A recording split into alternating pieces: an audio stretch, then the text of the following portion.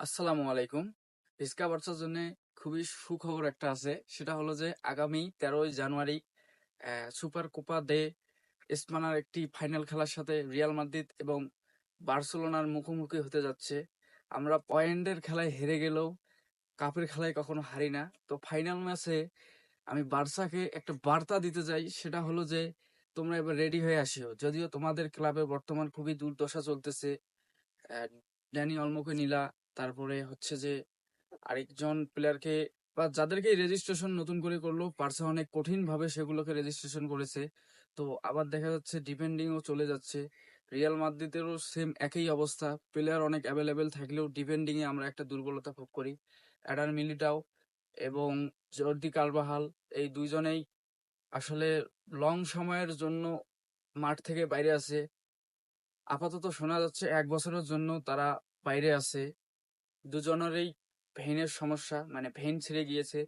তো আমরা যতই ভালো খেলি, যতই গোল করি, আসলে রিয়াল মাদ্রিদের ফ্যানরা বা রিয়াল মাদ্রিদ কোচ সবসময় ডিপেন্ডিং মিসিং মিসিং একটা ফিল করে।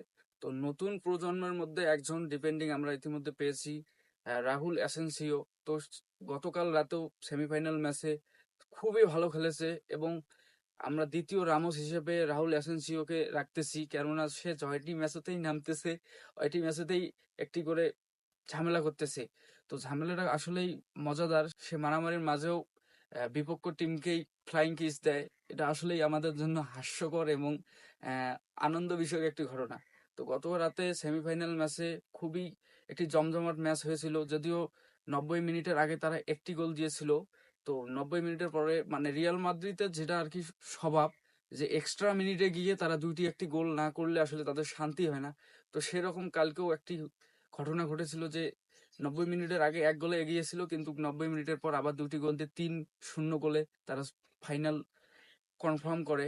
তো বার্সেলোনার জন্য একটি এটা শিক্ষা হতে পারে, তারা প্রস্তুতি নিয়ে যেন আসে। কেননা রিয়াল মাদ্রিদ পয়েন্টে হারলেও কাপে কখনো হারে না বা গুরুত্বপূর্ণ সময় সহজে হারতে চায় না। তো বার্সেলোনার জন্য শুভকামনা আমি জানাবো, কেননা মেসির সাবেক ক্লাব হচ্ছে বার্সেলোনা, সেক্ষেত্রে মেসির 80% ফ্যান বার্সেলোনা সাপোর্ট করে। তো এই বার্সেলোনা কাপ পাওয়া মানে মেসির কাপ পাওয়া, আর মেসির কাপ পাওয়া মানে মেসির ফ্যানদের কাপ পাওয়া। তো আমি তার ফ্যানদের জন্য খুবই শুভকামনা জানাচ্ছি যে রিয়াল মাদ্রিদকে যেন আবার তারা 4-0 গোলে হারাতে পারে। ধন্যবাদ।